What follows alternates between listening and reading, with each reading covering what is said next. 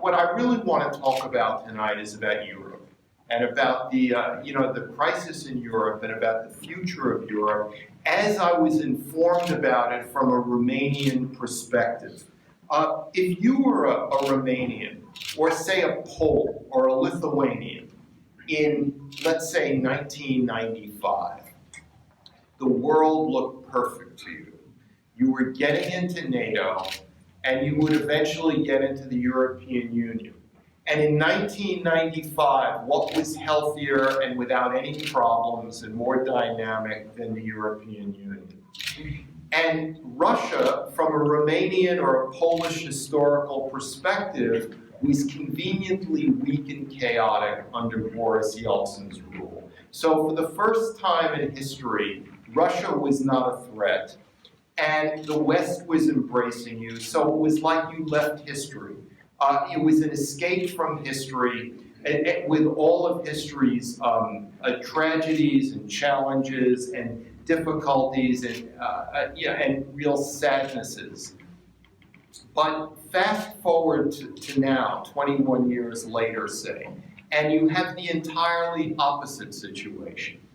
You have the European Union is weak and weakening. And here's something you don't read in the newspapers that nobody will admit. If the weaker the European Union gets, the weaker NATO gets, I'm sorry to say. Because NATO ultimately depends on European unity of some sort. The EU is actually a more important organization for the military protection of Europe than actually NATO is, even though NATO is the official military organization.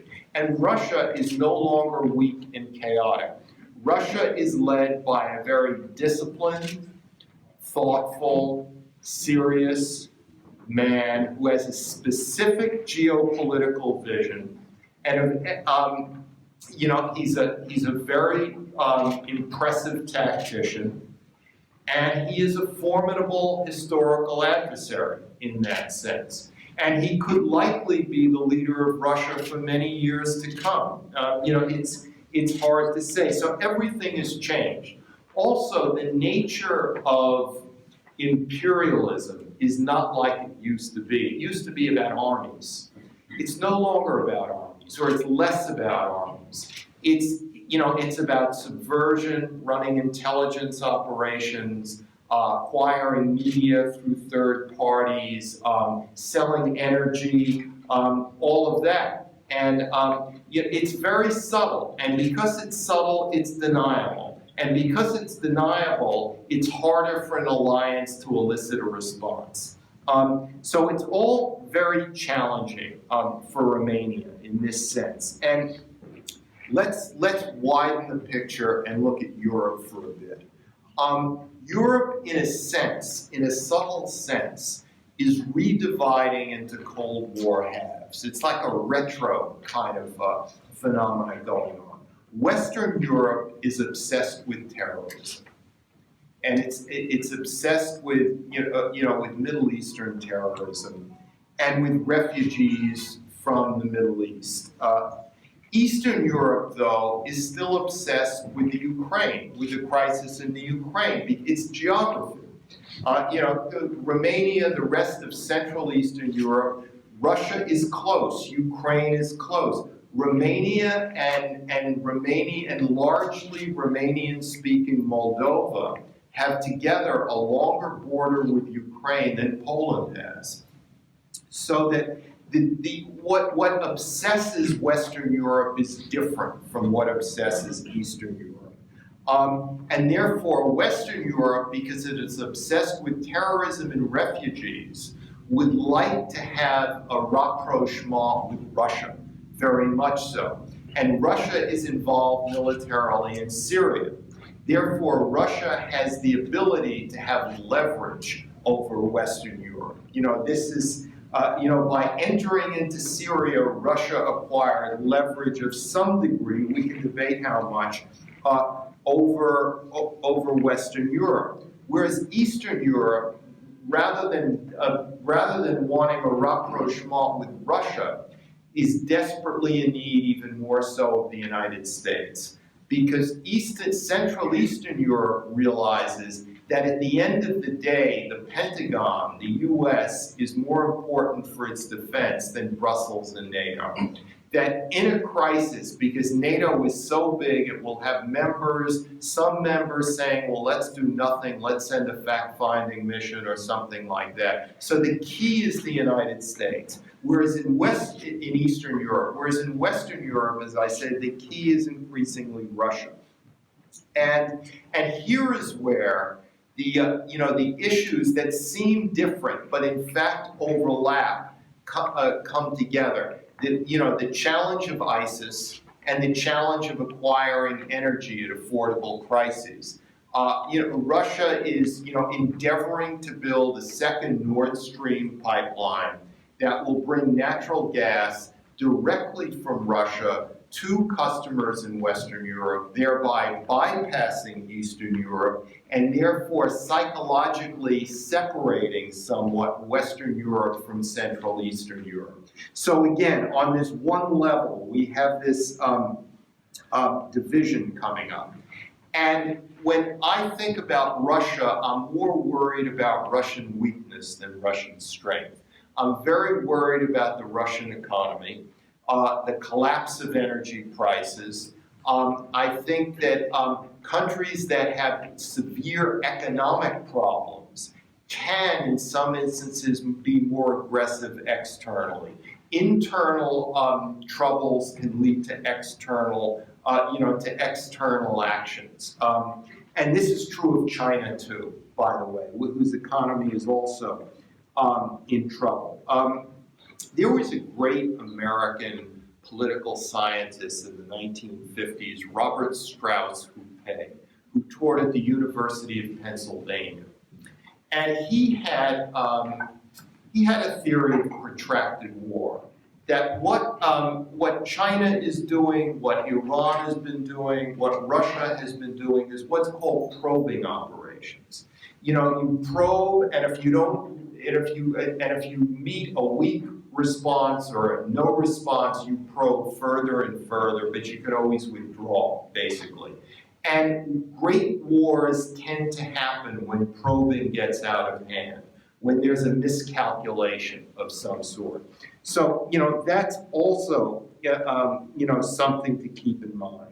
And this is why what originally Józef Pilsudski, the Polish leader in the interwar period, called the intermarium, is more relevant than ever. The intermarium, Latin for between the seas, between the Baltic and the Black Seas, a region that stretches from Estonia in the north to Bulgaria in the south, and I would call it the greater intermarium, including the Transcaucasus as well. And Pilsudski actually got the idea from Sir Halford Mackinder, a great British geographer, who said that you need a strong belt of democracies between Russia and Germany to prevent a Second World War. And that didn't happen for a number of reasons.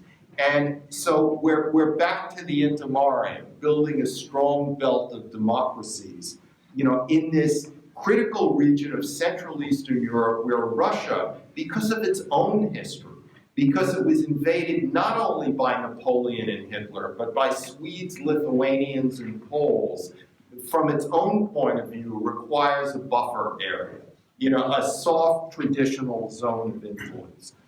So what does all this mean for a country like Romania? It means that the European Union is more than a balance sheet. It's about legal states rather than age-old ethnic nations. It's about transparent and impersonal institutions and bureaucracies that treat people as individuals rather than by their father's name or their ethnic group. It's about the rule of law. The EU represents all this. In addition, the EU, I found in Romania, is looked at less cynically than it is now in Western Europe. And it's the same in other parts of Central Eastern Europe. And the EU, though, has a problem. It has, the challenges of Muslim refugees, of terrorism, of Russian foreign policy, but a number of these challenges can get better or be alleviated through structural economic reform. And I'm not going into detail here, but I will say that the generous social welfare state is the ultimate moral, political reaction of European elites to the sufferings of 2 world wars. That's all they could do practically, was to have a very humanistic, generous social welfare state. But the problem is that the generous social welfare state is only affordable in the most efficient North European societies. And because it's not affordable, it's been a drag on European economies and is at the base root of why Europe for years now, half a decade almost, has suffered almost 0 growth rates. 1%, 0. Romania is an exception at 3.9% growth, second only to Slovakia in Europe. It's a drag. And countries with a 0% economic GDP growth rate are going to be a lot less generous and open-minded to refugees than countries with, say, a 4% growth rate. A lot of this is economically determined. So the root of Europe is the great, humanistic response to 2 world wars is exactly what is bringing down the European economy. And European elites know the problem. They think they know how to deal with it. They cannot quite bring the political will to actually do so. Europe's also in a very ambitious enterprise. If you look at the great cities of the European Union, The Hague, Maastricht, Brussels, Strasbourg, where are they all? They're all in Charlemagne's empire. This is the Carolingian Empire of the 9th century, the heart of Europe still, the wealthiest part of Europe, with an extension in Berlin, which was the old Prussian Empire. But Europe also includes the poorer Mediterranean and countries from Romania to Greece, which have Byzantine and Turkish legacies with different development patterns. So that Europe is very ambitious in terms of what it wants to bring together. And sadly, Europe is fracturing from within as new borders go up, threatening the Schengen zone, while it's dissolving from without into the Middle East and into Eurasia. It has to deal with Russia in a way it hadn't throughout the Cold War, because the United States essentially dealt with the Soviet Union strategically, allowing Europe to spend its money on social welfare states. And then you had 10 years of Boris Yeltsin's weak rule, which also meant that Russia was not an issue in Europe, where it is now. And in the Middle East, one of the reasons for Europe's prosperity, for its happy decades, between the late 1940s and about 2008, was that the Middle East was locked up in totalitarian straitjackets, where you had prison wardens like Saddam Hussein, Muammar Gaddafi, so nobody could leave, nobody could emigrate. Now those states have collapsed or are collapsing, and you have this demographic reunification of the Middle East and Europe, which historians know is natural, but which people of the last century know is very unnatural and unusual. And the Balkans have resumed their historic role as a transition zone of human migration from the Near East into the heart of Europe. And then you have the challenge of the United States. Is the United States post-European? Throughout the Cold War and into the decade afterwards, covering the wars of the former Yugoslavia, if you went to see who were the Deputy Assistant Secretaries of State, the Assistant Secretaries of State, they were all people of European descent. And they had an emotional affinity to Europe based on their own family histories.